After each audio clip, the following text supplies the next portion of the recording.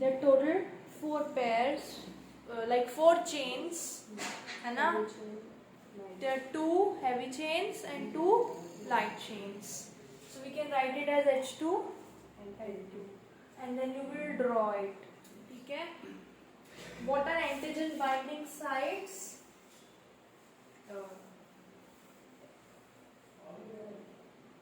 In that antibody structure, what are antigen binding sites?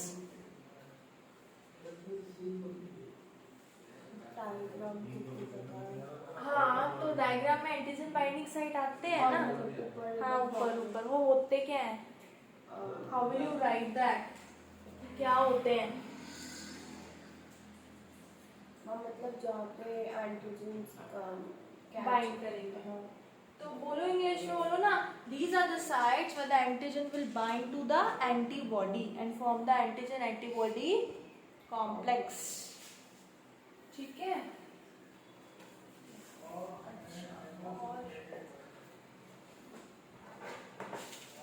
और क्या पढ़ा था हमने? What is innate immunity? Innate immunity is the type which is present At the time of birth. ठीक है? तो what are the 4 barriers in it?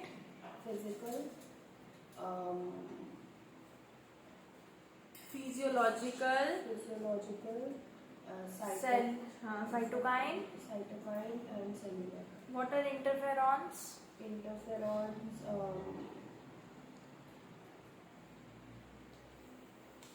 are the cytoplasm में होते हैं ना?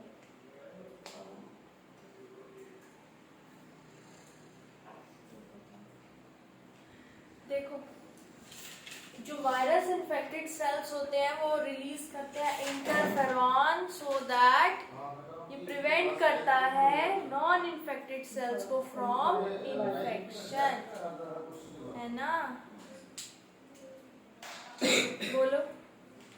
Interferons are the cells which secrete proteins which protect non-infected cells from viral infection. Yes. And these are secreted by whom? Interferons are secreted by whom? These are secreted by viral infected cells. जो virus से infected होते हैं वही produce करते हैं ताकि बाकी cell infect ना हो सके। ठीक है? चलो अब हम आगे चल रहे हैं to active and passive immunity. ठीक है? तो ये भी बहुत इंपॉर्टेंट टॉपिक है, इसमें भी डिफरेंस आता है। क्या मतलब है इसका? इम्यूनिटी क्या होती है?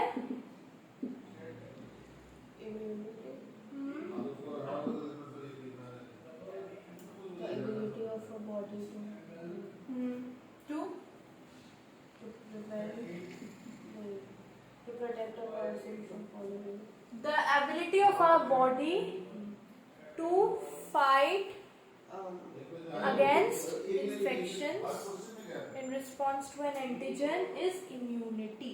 अब क्या होता है जब भी हमारी होस्ट बॉडी किसी एंटीजन के कांटेक्ट में आती है तो हमारी बॉडी कभी कभार क्या करती है, कुछ एंटीबॉडीज को प्रोड्यूस करती है।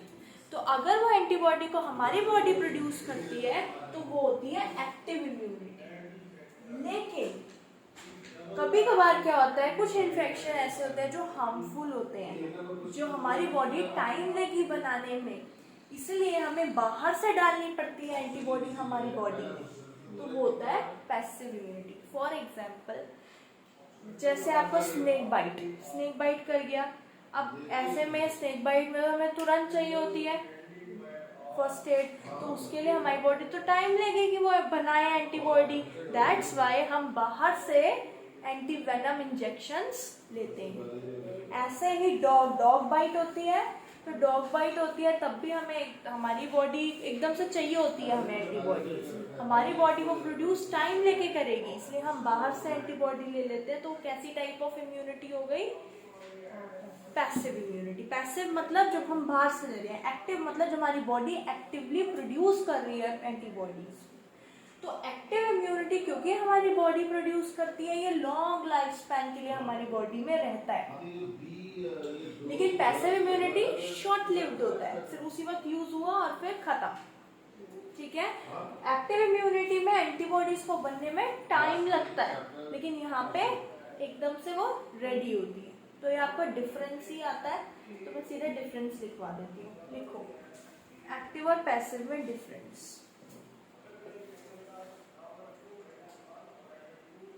Active it is produced inside the body.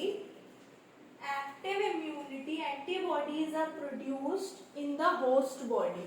So in active, antibodies are produced inside the host body.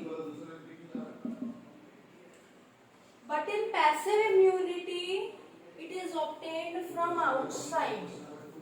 Antibodies are obtained from outside. Here antibodies are obtained from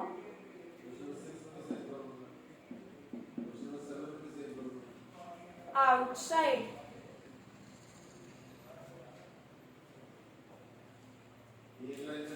Here it takes long time. So you will write immunity develops after some time. Develops after some time.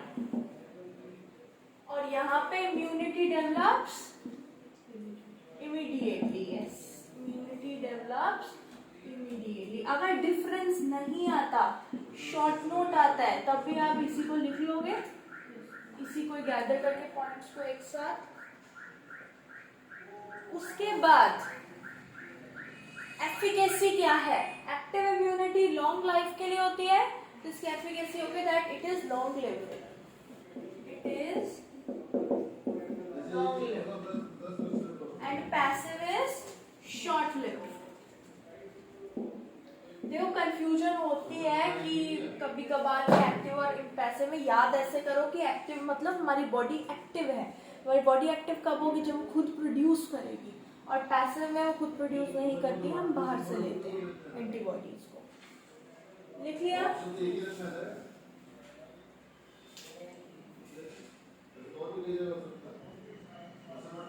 Example लिखो।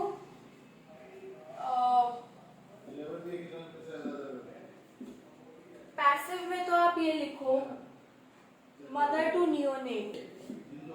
I'll tell you what it is. Mother to neonate. और वहाँ पे लिखो vaccination against chicken pox. इसका example vaccination है active immunity का। I tell you how.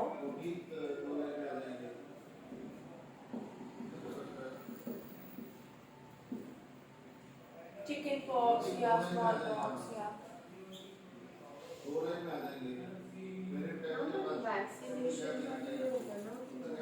Passive हो गई। नहीं, देखो वैक्सीनेशन जो है इसमें हम करते क्या है एक्चुअली, थोड़े से डेड या फिर माइक्रोब्स को बॉडी में डालते हैं। अब क्या होगा जब हमारी बॉडी उन डेड माइक्रोब्स को एनकाउंटर करेगी तो क्या हो गया, उसका प्राइमरी रिस्पॉन्स हो गया है ना।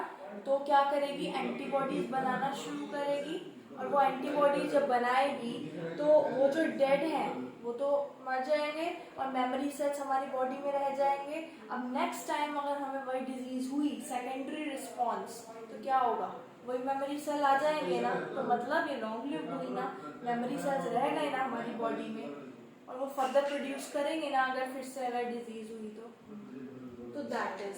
लेकिन जब हम वो लेते हैं एंटी वेनम, एंटी रेबीज, ये हुआ पैसिव, क्योंकि उसमें क्या हुआ, उसमें हम पूरा अच्छी खासी एंटीबॉडीज डालते हैं बॉडी के अंदर। यहाँ पे तो हम वेरी फ्यू माइक्रोब्स डालते हैं, दैट टू वीकेंड होते हैं वो, ये उनका पार्ट होता है कुछ। और वो हमारे डालने का मकसद होता क्या है कि हमें मेमोरी सेल्स बनाने हैं। हम छोटे बेबीज होते हैं, उनमें आप देखते हो वैक्सीन लगवाते हैं तो उनको क्या हो जाता है, एकदम से बुखार हो जाता है। वो होता क्यों है उनको बुखार? एंटीबॉडीज बन रही है फाइट। हाँ, क्योंकि वो जो माइक्रोब है वो भले ही माइल्ड है, वो प्राइमरी रिस्पॉन्स तो कुछ आएगा ना, कुछ तो इन्फेक्शन कॉज करेगा ना वो। और क्योंकि वो माइक्रोब है, मतलब वीकेंड है, जैसे एंटीबॉडी बन जाती है वो डेड हो जाता है और मेमोरी सेल्स में स्टोर हो जाती है, ताकि नेक्स्ट टाइम अगर वही डिजीज फिर से आए तो सेकेंडरी रिस्पॉन्स होके वो उसको मार दे। ठीक है। मदर टू नियोनेट, बताओ। कोलेस्ट्रॉम होता है, ये क्वेश्चन लिखो, ये लिख लिया, इतना हो गया। अब एक पॉइंट और लिख लो इसमें, मेमोरी सेल्स कहाँ पे होते हैं? एक्टिव में, तो लिखो it is mediated by memory cell. Active is mediated by memory cells, it is mediated by memory cells, but in passive memory cells have no role,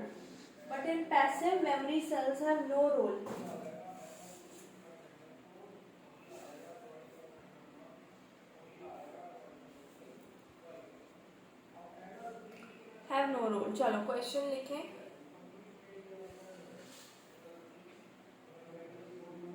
why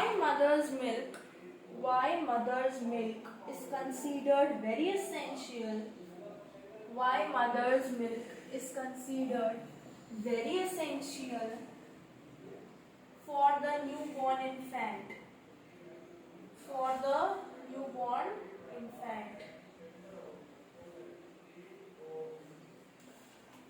है ना? तो क्यों होता है essential? because उसमें न्यूट्रिशनल वैल्यूज होती हैं। हाँ, न्यूट्रिएंट्स होते हैं which डायरेक्टली बेबी को इम्यूनिटी प्रोवाइड करते हैं। तो इसके अंदर कोलेस्ट्रॉम जो होता है, इट्स येलोइश फ्लूइड, जिसके अंदर IgA एंटीबॉडीज होती हैं। तो यह IgA antibody from the mother to the neonate जाती है, जो न्यूनेट के अंदर एंटीबॉडीज बनाती है और उसे प्रोटेक्शन देती है from diseases, several types of diseases, और टू फाइट इन्फेक्शंस।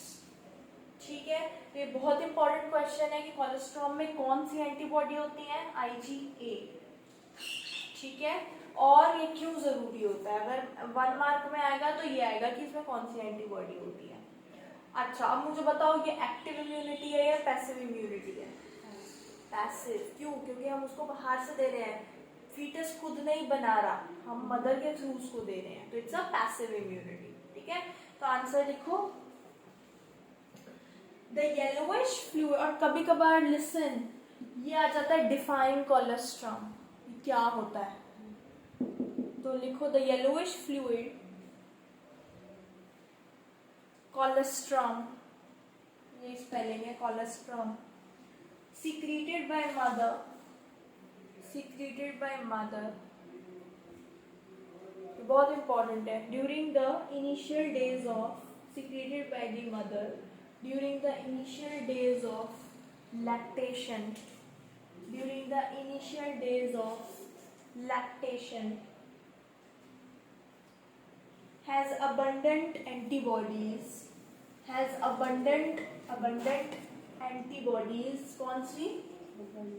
कौन सी एंटीबॉडी होती है? IgA, abundant antibodies IgA to protect the infant,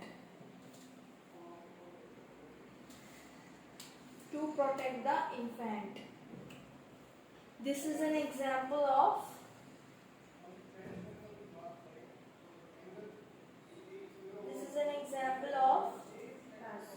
passive immunity.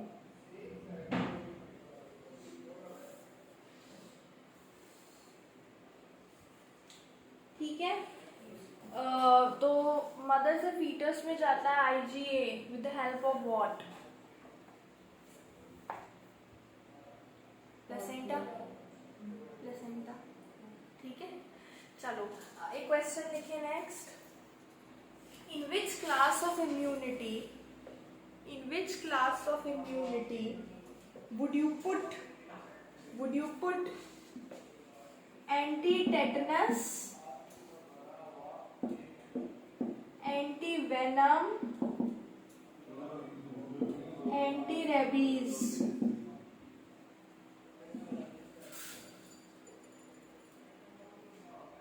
And colostrum, and Y?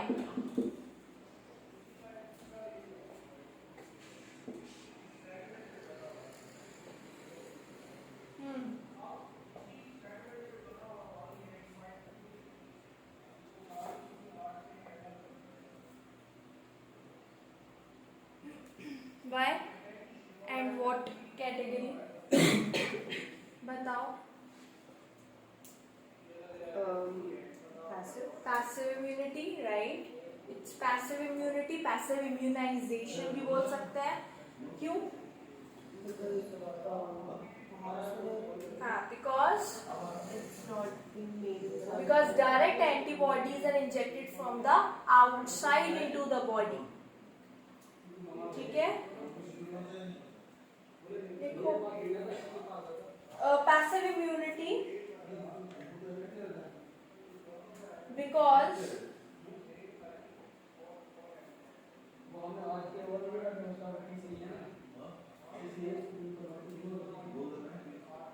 because we are directly injecting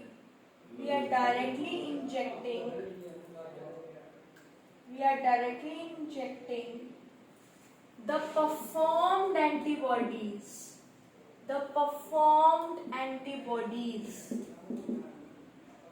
or antitoxins,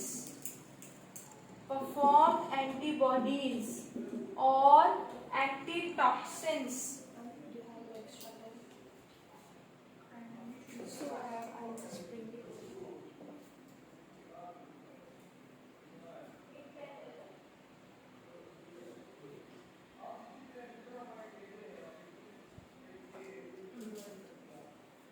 So we are directly injecting performed antibodies, antitoxins from outside of the body, or antitoxins from outside the body, outside the host body, outside of the host body. This type of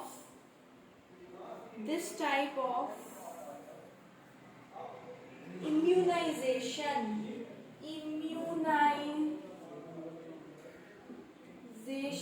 is called passive immunization. This type of immunization is called passive immunization. चले आगे. चलो अब मैं आ रही हूँ properly vaccine पे, vaccination पे. मैंने आपको बताया कि वैक्सीन हम कैसे होती है. उसके अंदर क्या होता है, डेड माइक्रोब्स हो सकते हैं, या फिर उस माइक्रोब का कोई पार्ट हो सकता है, कोई प्रोटीन हो सकता है, कोई उसका जेनेटिक मटेरियल हो सकता है, ठीक है, या वो खुद एक माइक्रोब हो सकता है. ठीक है, हम उसको इंजेक्ट करते हैं होस्ट के बॉडी में so that एक प्राइमरी रिस्पॉन्स आए और एंटीबॉडी बनना शुरू हो जाए. तो इससे क्या होगा, मेमोरी सेल्स बनेंगे which will get stored. So if the host will administer the infection again, then what will happen, those memory cells will be produced and will fight the infection. तो ये सब मैंने बताया. तो vaccination is based upon which property?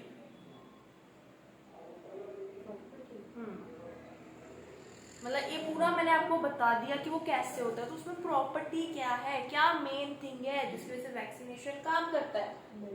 Memory, memorisation पे. ठीक है, तो ये पूछते हैं क्वेश्चन, लिखो या प्रिंसिपल लिखो. The principle of immunisation. देखो, इम्यूनाइजेशन और वैक्सीनेशन एक ही बात है. द प्रिंसिपल ऑफ इम्यूनाइजेशन और vaccination is based upon the property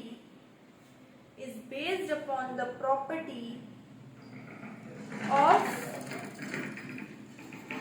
memory of the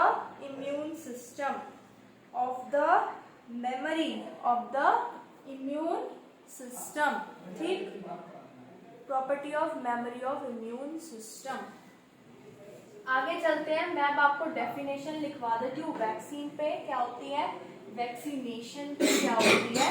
paper में क्वेश्चन आता है 3 मार्क्स का या 5 का तो नहीं आता, 5 का आएगा तो उसमें एक्टिव और पैसिव भी पूछ लेंगे। तो कहेंगे डिफाइन वैक्सीन और व्हाट इज वैक्सीनेशन, तो आप वैक्सीन क्या होती है वो भी लिखोगे, वैक्सीनेशन क्या होती है वो भी लिखोगे, और अगर ज्यादा मार्क्स आया एक्टिव पैसिव भी उसमें डाल दोगे। ठीक है, चलो लिखो, पहले वैक्सीन लिखो। वैक्सीन की डेफिनेशन, वैक्सीन इज एन, ये जो मैं लिखवा रही हूँ ना इससे बाहर तो कुछ आएगा नहीं क्योंकि एनसीईआरटी के बाहर कुछ आता ही नहीं है।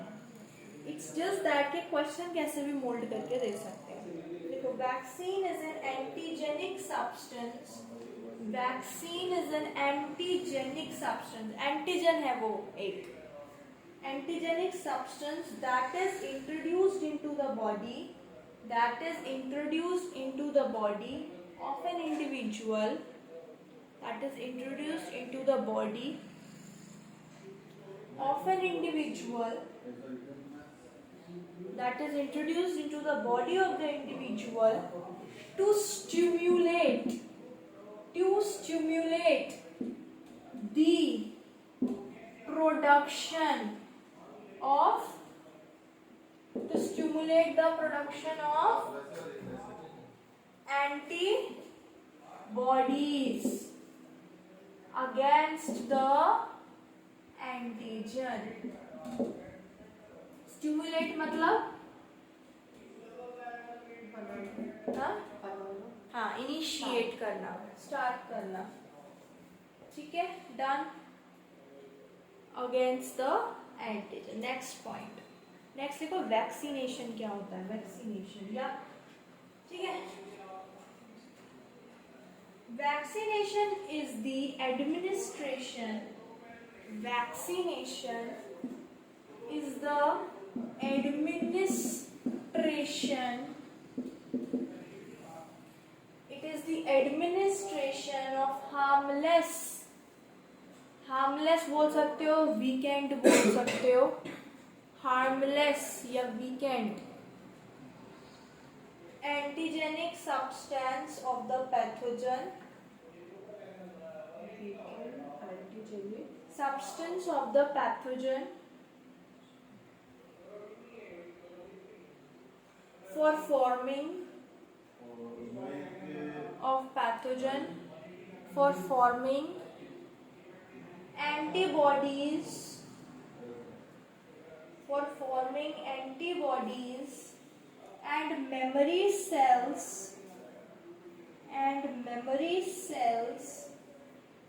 for protection, याद हो गया तो अपनी लैंग्वेज में लिख सकते हो। ठीक है, for protection against the pathogen, for protection against the pathogen if it happens to attack the vaccinated individual, मतलब कि ये क्या करता है, एंटीबॉडी बनवाता है ताकि अगर वो फिर से अटैक करे वैक्सीनेटेड इंडिविजुअल को तो वो उसको फाइट कर दे, दैट्स वैक्सीनेशन। ठीक है, नेक्स्ट लिखो इम्यूनाइजेशन का, मैं बताती हूँ, सेम ही ऑलमोस्ट, बस इम्यून वर्ड आ जाता है इम्यूनाइजेशन में। The action of making a person immune, the action of making a person immune to infection through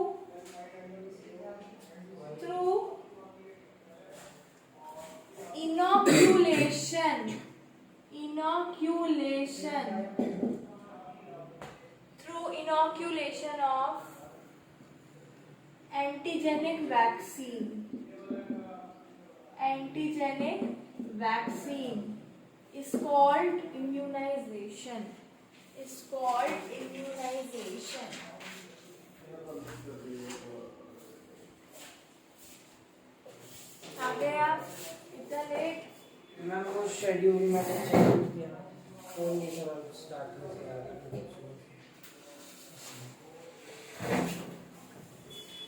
तो ये है इम्यूनाइजेशन, ठीक है। इनॉक्यूलेशन का क्या मतलब होता है?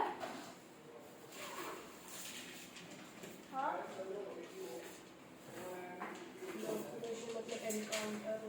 इनॉक्यूलेशन मतलब डालना, मतलब इंजेक्ट करना एक तरह से। जब हम दही कर्ड घर में बनाती होंगी ना मम्मी, तो उसमें क्या डालती है? थोड़ा सा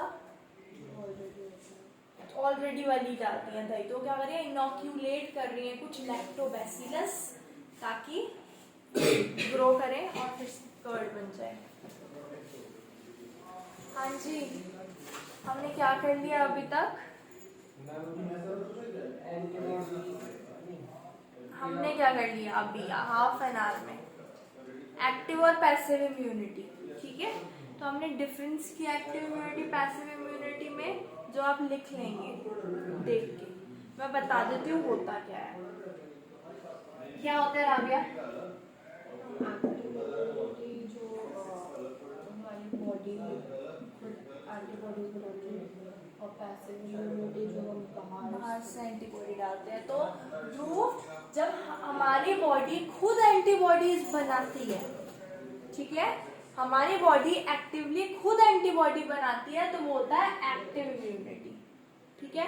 लेकिन जब हम बाहर से एंटीबॉडी लेते हैं, हमारी बॉडी नहीं बनाती, बाहर से लेते हैं, तो वो होता है पैसिव इम्यूनिटी। अब बाहर से कैसे लेते हैं? जैसे अब हमें अपने आप को बनाने में तो टाइम लगेगा ना, तो इसीलिए जैसे for example snake bite, snake काट गया, तो हमें तो फटाफट चाहिए एंटीबॉडी। तो उसके लिए हम क्या करते हैं? बाहर से एंटीवेनम इंजेक्शंस लेते हैं। डॉग कट कर गया, बाइट कर गया, तो क्या होता है? हम रेबीज का एंटी रेबीज इंजेक्शन लेते हैं। तो हमें जब जल्दी चाहिए होता है, तो हम पैसिव इम्यूनिटी के थ्रू एंटीबॉडीज बाहर से ले लेते हैं, तो वो होता है पैसिव इम्यूनिटी, ठीक है। एक्टिव इम्यूनिटी जो होती है, क्योंकि हमारी बॉडी खुद बना रही है, तो it will life long lived होती है। लेकिन ये क्या होगी? शॉर्ट लिव्ड, क्योंकि आई खत्म हो गया इसका काम। समझ आई? अब इसमें क्या होता है एक्टिव इम्यूनिटी में? क्यों लॉन्ग लिव्ड होती है? क्योंकि हमारी बॉडी खुद प्रोड्यूस कर रही है, तो इसमें कुछ मेमोरी सेल्स भी तो बनेंगे जो जाके स्टोर हो जाएंगे माइंड में। लेकिन यहाँ पे ऐसा कुछ नहीं होता, क्योंकि एक्टिव इम्यूनिटी में हमारी बॉडी खुद एंटीबॉडी बना रही है, तो it will take long time लगेगा ना एंटीबॉडी बनने में। तो ये जो है टाइम टेकिंग होती है, इट टेक्स टाइम। बट ये क्या होती है? क्योंकि हम बाहर से ले रहे हैं, तो ये इमीडिएटली बना देगा। समझ आया? ये डिफरेंस आता है, डिफरेंस नहीं आएगा तो वो आएगा शॉर्ट नोट। तो यही आप लाइंस को एक साथ करके लिख दोगे। अब एग्जाम्पल क्या हो गया एक्टिव इम्यूनिटी का? जो वैक्सीनेशन करते हैं हम, इसका एग्जाम्पल होता है वैक्सीनेशन। कैसे होता है बताती हूँ। और इसका एग्जाम्पल होता है मदर टू नियोनेट, या आप एंटीवेनम भी लिख सकते हो, एंटी रेबीज भी लिख सकते हो, ठीक है। अच्छा, ये मदर टू नियोनेट का क्या मतलब है भाई?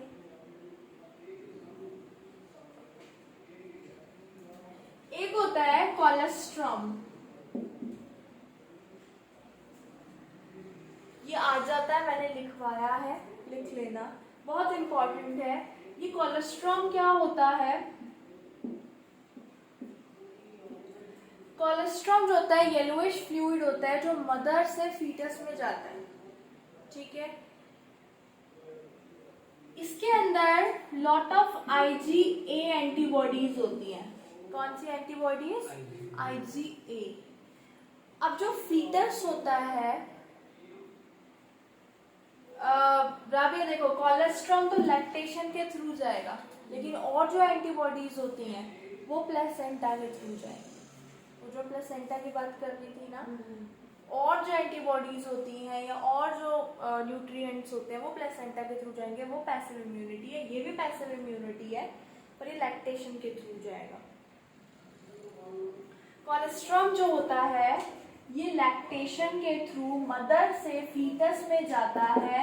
इसके अंदर फुल ऑफ IgA एंटीबॉडीज होती हैं जो कि फीटस को प्रोटेक्शन प्रोवाइड करती है अगेंस्ट पैथोजेंस। तो जब फीटस सबसे पहले कौन सी एंटीबॉडी एनकाउंटर करता है लाइफ में? IgA, ठीक है, कोलेस्ट्रॉम के थ्रू जाती है, ठीक है। तो ये आ जाता है कि कौन सी एंटीबॉडी है और ये आ जाता है कि ये क्या है। और ये क्योंकि ये बाहर से एंटीबॉडी जा रही है, कैसी इम्यूनिटी हो गई, एक्टिव या पैसिव? पैसिव हो गई, ठीक है, समझ आ गया। अब वैक्सीनेशन कर रहे हैं हम, मैंने लिखवा दी डेफिनेशन, पेज छोड़ देना, 2 पेज छोड़ देना, लिख लेना। वैक्सीनेशन क्या होता है? क्या होता है वैक्सीनेशन, पता होगा आपको? बताओ, वैक्सीन लगवाई है कभी? कोविड की लगवाई है? हाँ, तो क्या था उसमें? देखो, वैक्सीनेशन में क्या करते हैं हम, जो बॉडी है, होस्ट बॉडी, उसमें कुछ, ये जो वैक्सीन होती है बेसिकली ये प्रिपरेशन होती किस चीज का है? इसमें होता क्या है?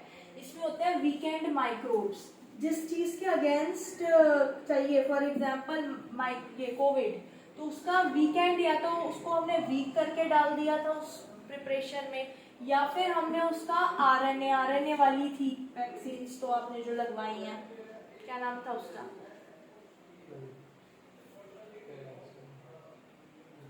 कोविशील्ड। तो वीकेंड माइक्रोब होगा, या उसका जेनेटिक मटेरियल होगा, आरएनए या डीएनए, या उसका कोई प्रोटीन होगा। हमारा मकसद क्या है कि हमें होस्ट बॉडी को पता लगवाना है कि अगर ऐसा अब वो आएगा वायरस हमारी बॉडी में, तो उसका प्रोटीन भी तो होगा, आरएनए भी होगा उसके पास, तो हमारी बॉडी ताकि उसको आइडेंटिफाई कर ले और वो उसको हिट कर दे, ठीक है। तो हमने क्या किया, उस वैक्सीन को एडमिनिस्टर कर दिया। अब क्या होगा, क्योंकि वो वीकेंड माइक्रोब था, वो हमारी बॉडी में ज्यादा कुछ नहीं कर सकता। क्या करेगा, ये क्या करेगा, क्योंकि आपने देखा होगा जब बच्चों को या आप लोगों को कोविशील्ड लगा होगा तो एक फीवर हुआ था, वो होता है फीवर। तो वो क्यों होता है? क्योंकि ये जो माइक्रोब है ये भले माइल्ड है but it cause some effect, उसका इफेक्ट आता है। तो इतने में क्या कर रहा है, एंटीबॉडी बना रही है हमारी बॉडी उसके अगेंस्ट। जो हमारा फीवर ठीक हो जाता है मतलब एंटीबॉडी बन गई, ठीक है, और वो जाके स्टोर हो गई in the form of memory cells. अब अगर नेक्स्ट टाइम वो फिर से आया पैथोजन हमारी बॉडी में, तो क्या होगा, वही जो मेमोरी सेल्स है वो उसको अटैक कर देंगे, सेकेंडरी रिस्पॉन्स, और हम बच जाएंगे उस पर्टिकुलर डिजीज से। तो बेसिकली ये वैक्सीनेशन है, इसलिए हम जो बच्चे इन्फेंट्स होते हैं उनको लगाते हैं, है ना, DPT लगाते हैं, डिप्थेरिया, पर्टुसिस और टेटनस। ये एक ऐसा इंजेक्शन है जो तीनों के लिए एक ही लगता है, और वो उस इन्फेंट को वैक्सीनेटेड बना देता है towards diphtheria, pertussis and tetanus, ठीक है। लिख लो, DPT का इंजेक्शन होता है, लगता है ये at the time of birth लगता है। हेपेटाइटिस के भी लगते हैं, हाँ, पर्टुसिस और टेटनस, ठीक है। बस इतना ही कराया, मैंने डेफिनेशंस लिखवा दी हैं। वैक्सीन क्या होती है, वैक्सीनेशन क्या होता है, इम्यूनाइजेशन। वैक्सीनेशन और इम्यूनाइजेशन एक ही बात है, इट्स जस्ट दैट कि इम्यूनाइजेशन में हम इम्यून वर्ड का यूज करते हैं। इम्यून मतलब कि हम प्रोटेक्ट हो गए उस पर्टिकुलर चीज से, ठीक है। चलिए आगे हम एलर्जीज पे चलते हैं। अच्छा, अब आजकल जो भी वैक्सीन बन रही हैं, ठीक है, वो रिकम्बिनेंट DNA टेक्नोलॉजी से बन रही है, ठीक है। कौन सी? रिकम्बिनेंट DNA टेक्नोलॉजी से बन रही है वैक्सीन्स। अभी बायोटेक्नोलॉजी आगे चैप्टर पढ़ोगे तो उससे पता लग जाएगा कि कैसे रिकम्बिनेंट बनता है DNA। हम बैक्टीरिया, ईस्ट, फंगस इन सब का भी यूज करते हैं, उनसे वैक्सीन निकालते हैं। जैसे ये जो आपका हेपेटाइटिस बी, ये ईस्ट से बनती है, ये याद रखना। हेपेटाइटिस, ये लिख लो, हेपेटाइटिस बी। ये जो वैक्सीन है it is produced from east, ये याद रखना है, लिख लो। ईस्ट से हम हेपेटाइटिस बी का बनाते हैं वैक्सीन। रिकॉम्बिनेंट डीएनए टेक्नोलॉजी से भी हम जैसा चाहते हैं वैसा बन जाता है वैक्सीन, कॉम्बिनेंट फॉर्म में।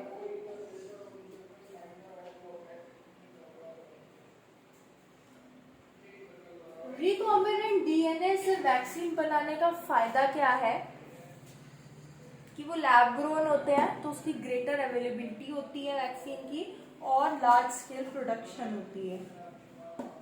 देख लो, RDNA technology allow the production of vaccines. Recombinant DNA, R stands for recombinant. Recombinant DNA technology allow vaccine production at a large scale,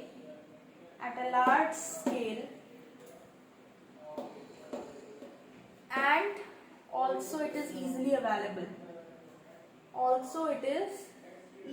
Greatly available, greater availability होती, easily available for immunization.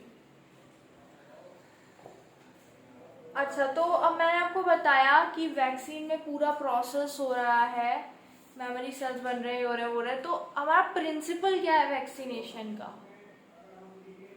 किस base पे vaccination, किस पे आधारित है। अगर हम immune हो रहे हैं तो हम, उसका बेस क्या है, मेमोरी फॉर्मेशन, मेमोरी तो है।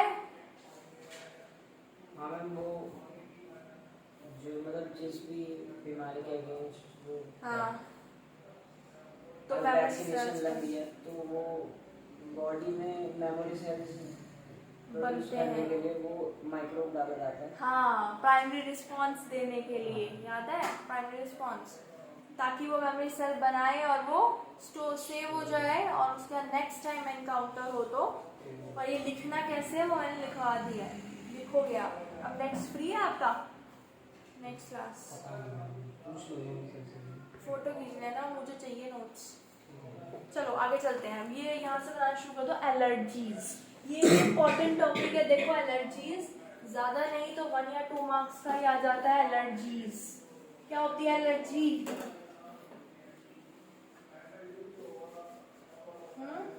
Any substance which causes discomfort in the body.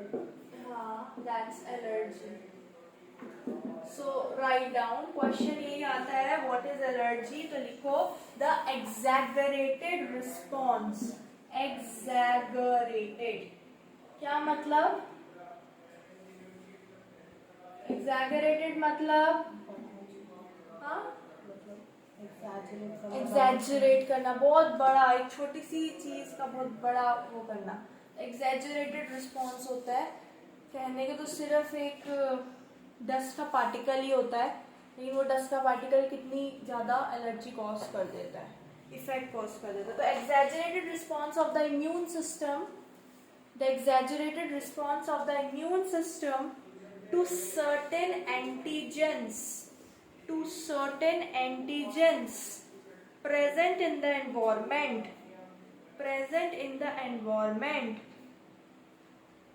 is called allergy. Environment, in the environment में जो भी एंटीजन प्रेजेंट है उनके against is called allergy. The substances is called allergy. The substances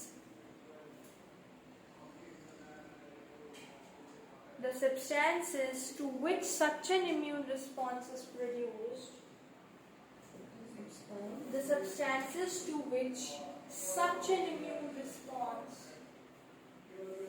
is such an immune response is caused or is produced are called allergens. ऐसे substance जो cause करते हैं allergy को उनको क्या बोलते हैं? एलर्जेंस.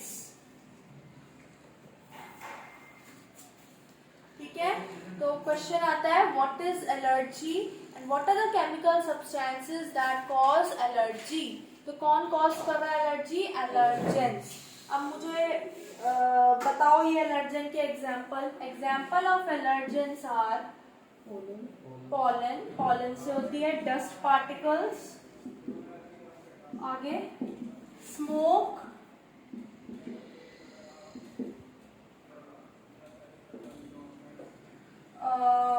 कईयों को जो है उससे भी होती है माइट्स इन डस्ट, एनिमल डैंडर से भी होती है. एनिमल डैंडर मतलब हाँ एनिमल डैंडर. ठीक है, तो ये सब एक्सेट्रा लिख दो. कईयों को मिल्क से भी होती है, ऐसे तो कईयों को मीट से आटे से भी होती है. टेस्ट कराना पड़ता है उसके लिए. कुछ मेडिसिन से भी होती है कईयों को. स्मेल से तो लाइक परफ्यूम कराना. हाँ, कईयों को स्मेल स्पेसिफिक वाली से. किसी चीज़ की स्मेल बिल्कुल अच्छी नहीं लगती तो इससे नॉजियाटिक फील होता है, वॉमिटिंग आने को हो सकती है या फिर इचिंग हो सकती है अगर कुछ खा लिया तो, है ना, रेडिशनेस. तो लिखो सिम्टम्स. ये पूरा पैराग्राफ लिखवा रही हूँ, अगर आया तो पूरा लिखोगे, नहीं तो सिर्फ. Symptoms of allergy include sneezing, watery eyes, running nose, difficulty in breathing.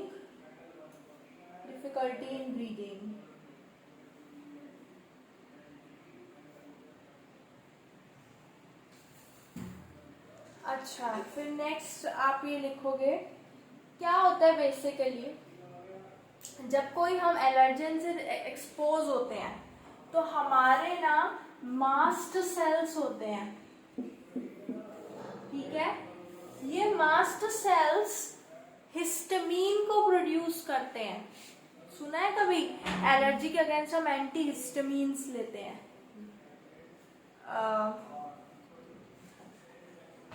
एक मेडिसिन है, ए है Allegra is a anti histamine. उसमें हिस्टामिडाइड होता है, तो उसमें ठीक है. एलेग्रा 180 है ना, एलेग्रा, और एटेरेक्स है, बहुत सारी है. ठीक है, तो मास्ट सेल्स कौन से केमिकल प्रोड्यूस करते हैं? हिस्टामीन. तो लिखो allergy is due to the release of chemicals. Allergy is due to the release of chemicals like histamine and serotonin. ये याद कर लेना, ये केमिकल्स हैं जिनकी वजह से एलर्जी होती है. तो ये आपको क्वेश्चन ये पूछ सकता है, what are the chemicals that released that cause allergy? Histamine and serotonin.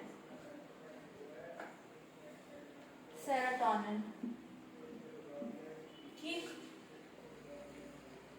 अच्छा, अब जब एलर्जी होती है तो एक एंटीबॉडी प्रोड्यूस होती है और वो होती है IgE.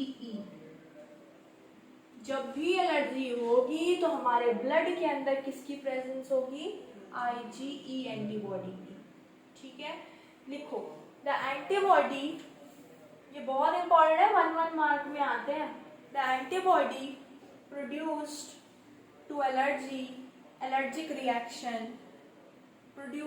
to allergic reaction is IgE antibody.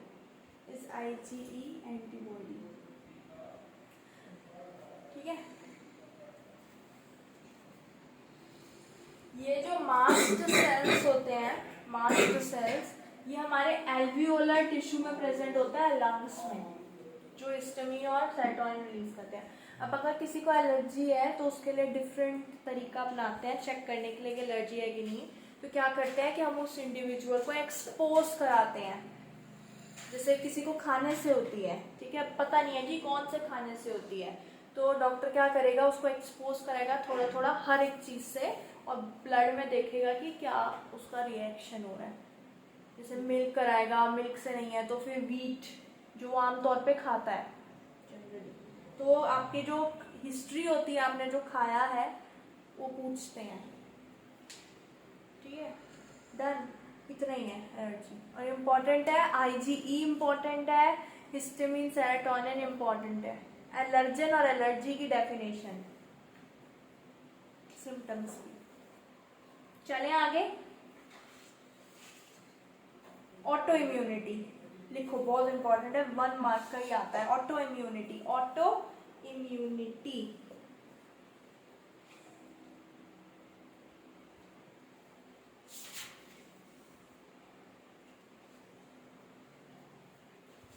कभी कभार क्या होता है, कुछ डिजीजेस ऐसी हो जाती हैं जब हमारे बॉडी के सेल्स अपने ही सेल्स को डिस्ट्रॉय कर देते हैं। ऐसी डिजीजेस होती हैं और ये डेडली डिजीजेस होती हैं। सोचो, अपने ही बॉडी का इम्यून सिस्टम अपने ही सेल्स को डिस्ट्रॉय कर रहा है, तो होता है ऑटो इम्यूनिटी। आपको एक एग्जांपल याद होना चाहिए, रूमेटॉइड अर्थराइटिस। चलो लिखो, auto immunity, auto immunity.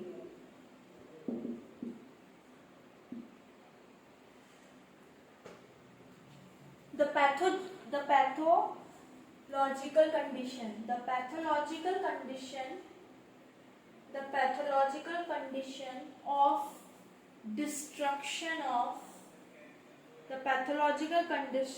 of destruction of self cells, self body cells, destruction of self body cells by the immune system is called autoimmunity। ठीक है, और ये क्यों होता है, कभी कभार जेनेटिक रीजंस की वजह से हो जाता है, जीन्स जेनेटिक रीजंस हो गए कुछ, या कोई अननोन रीजन हो गया, कोई डिजीज हो गई जिसकी वजह से ऐसा हो जाता है। एग्जाम्पल लिखो, रूमेटॉइड अर्थराइटिस, और इसके लिए भी इट्स एन ऑटोइम्यून डिजीज, और ये बहुत सारे लोग इससे अफेक्टेड होते हैं। तो एक दवाई होती है, मेडिसिन, जो लेनी पड़ती है, इंजेक्शंस लगवाने पड़ते हैं ताकि ऐसा ना हो। तो आपको बस पेपर में आएगा what is autoimmune disease, name 1 disease, यही है बस। ठीक है, इसका तो डेफिनेशन लिखना विद एग्जाम्पल। डन, मुश्किल नहीं है, अगर समझ आ गया अपनी लैंग्वेज में लिखा जा सकता है। चलें आगे। अच्छा, अब नेक्स्ट जो है आपका immune system in the body. लिखो, immune system in the body. Next topic, immune system in the body. देखो, इम्यून सिस्टम जो हमारा बॉडी का होता है, उसमें हमारे वाइट ब्लड सेल्स आते हैं, WBCs, ठीक है, और कुछ एंटीबॉडीज आ जाते हैं, टिश्यूज आ जाते हैं, सेल्स आ जाते हैं, और लिम्फॉइड ऑर्गन्स आते हैं। अभी हमें जो पढ़ना है वो पढ़ना है लिम्फॉइड ऑर्गन, ये बहुत इंपॉर्टेंट है, डिफरेंस आता है। ठीक है, क्या होता है लिम्फॉइड ऑर्गन, और प्राइमरी होता है और सेकेंडरी होता है। लिखो, लिम्फॉइड की spelling,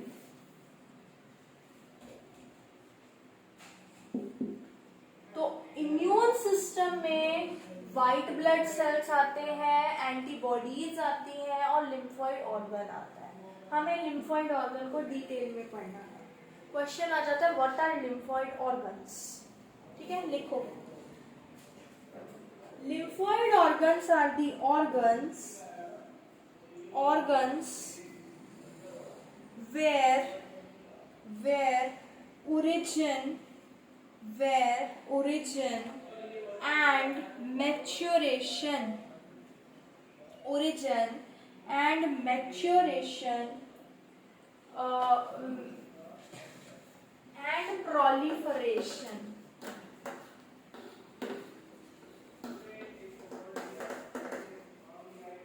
Origin, maturation and proliferation. Proliferation मतलब हाँ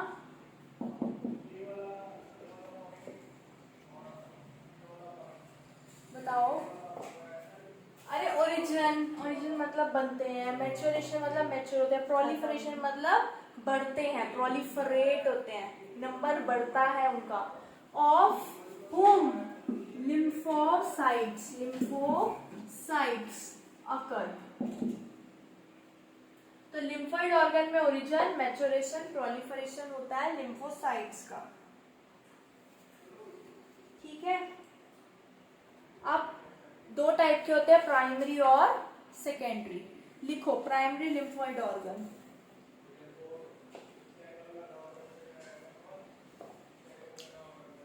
इसका एग्जाम्पल कहाँ क्या होता है प्राइमरी लिम्फोइड ऑर्गन, पहले तो ये पता होना चाहिए, और सेकेंडरी क्या होता है वो पता होना चाहिए। कहाँ मतलब क्या होता है। तो प्राइमरी लिम्फोइड ऑर्गन हमारी बॉडी में सिर्फ दो जगह है, एक है बोन मैरो और एक है थाइमस। ठीक है। तो लिखो bone marrow and thymus. Bone marrow and thymus are the primary lymphoid organs.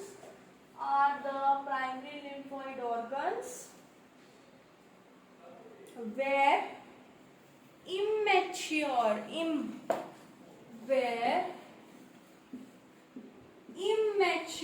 lymphocytes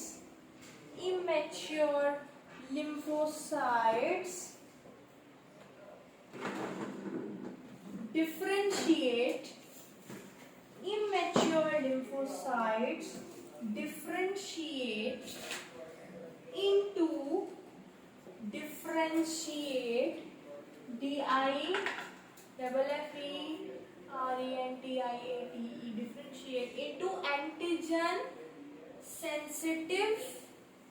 into antigen sensitive lymphocytes. Antigen sensitive lymphocytes. ठीक है। मतलब जो इमेच्योर लिम्फोसाइट है वो वहां पे जाके मेच्योर होते हैं। मेच्योर इन द सेंस कि वो एंटीजन सेंसिटिव हो जाते हैं, कि कोई एंटीजन आए तो वो उसको एकदम से मार दें। समझ में आई। अब यहाँ से जो हमारे लिम्फोसाइट्स हैं वो जाते हैं सेकेंडरी लिम्फोइड ऑर्गन में, वहां जाके स्टोर हो जाते हैं। ठीक है। उससे पहले जो बोन मैरो है यहाँ पे सारे ब्लड सेल्स प्रोड्यूस होते हैं। ठीक है। बी लिम्फोसाइट्स जो हमने पढ़े थे वो, और जितने भी ब्लड सेल्स होते हैं आरबीसी डब्ल्यूबीसी सब बोन मैरो में प्रोड्यूस होते हैं। थाइमस जो है यहाँ पे मैच्योरेशन होता है टी लिम्फोसाइट्स का। ठीक है। और ये थाइमस कहाँ प्रेजेंट होता है वो मैं लिखवा दूंगी। और ये इस जो थाइमस है ये इसका साइज रिड्यूस होता जाता है विद एज के साथ साथ इसका जो साइज है वो कम होता जाता है। और बोन मैरो हमारे कहाँ है, स्पाइनल कॉर्ड के अंदर।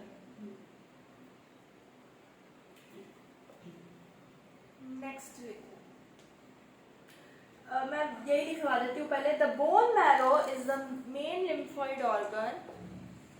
Bone marrow is the main lymphoid organ where all blood cells, main lymphoid organ where all blood cells including lymphocytes are produced. Where all blood cells including lymphocytes are produced. Next लिखो thymus. ये ना जो मैं आपको ये बोलना है, ये अगर लॉन्ग क्वेश्चन आता है ना लिम्फोइड ऑर्गन पे, तो आपको लिखना पड़ेगा, नहीं तो फिर 1 मार्क में आएगा। देखो thymus, thymus is a lobed lobed thymus is a lobed organ. Thymus is a lobed organ located near the heart. Located near the heart and beneath beneath beneath the breastbone. Beneath the breastbone.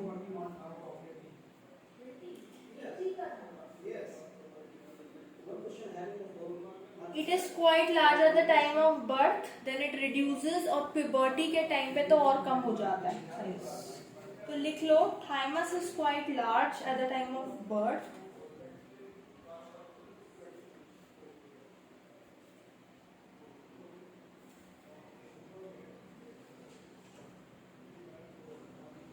Large at the time of birth, but reduces in size with age. Reduces in size with age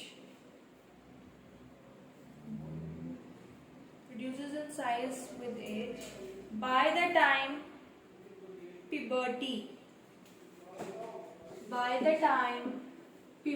is reached.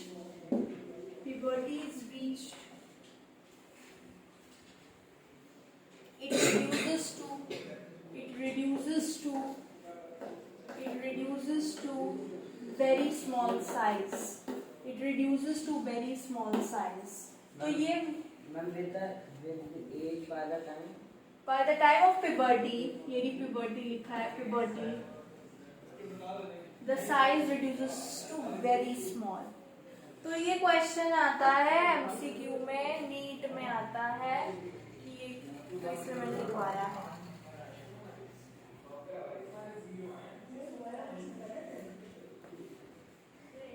ठीक है, ये diagram भी बनाना पड़ेगा अगर 5 mark का है तो। कर लो, टिक कर लो या लिख बना लेना। बनवा दूं अभी, बना के आओगे? चलो नेक्स्ट पॉइंट लिखो, भी सेकेंडरी लिखते हैं फटाफट से। आफ्टर मैच्योरेशन सेकेंडरी लिम्फोइड लिखो, बहुत इंपॉर्टेंट है, एग्जाम्पल आते हैं इसके सेकेंडरी के। क्वेश्चन ऐसे आता है कि which one of the following is a secondary lymphocyte, sorry secondary lymphoid organ. तो लिखो after maturation the lymphocytes migrate to the secondary lymphocytes migrate to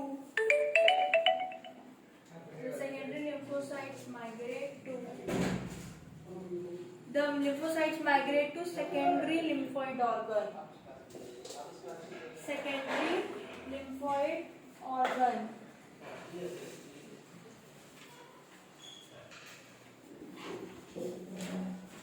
Like spleen, देखो like spleen, lymph nodes, ये सारे पता होने चाहिए, tonsils, Peyer's patches of small intestine,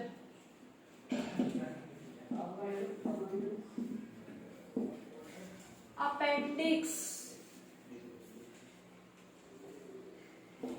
here interaction between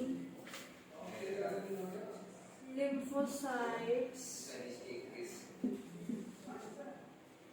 and antigen takes place. That's it.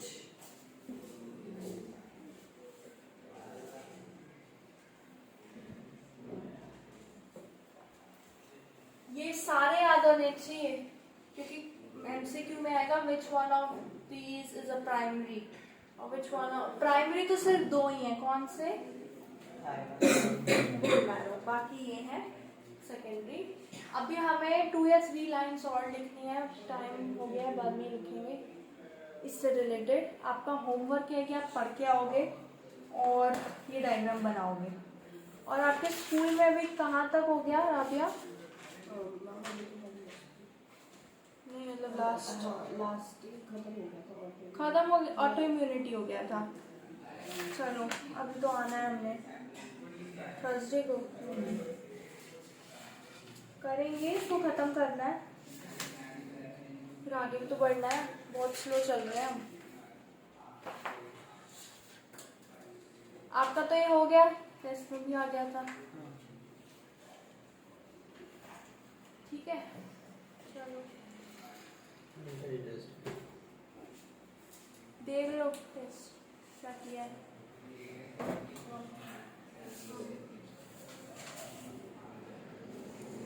पढ़ के आना, इतना सही याद करके आना। टेस्ट होगा पहले, फिर आगे बढ़ेंगे। और आप फोटो खींच लो, अभी अभी नेक्स्ट क्लास है।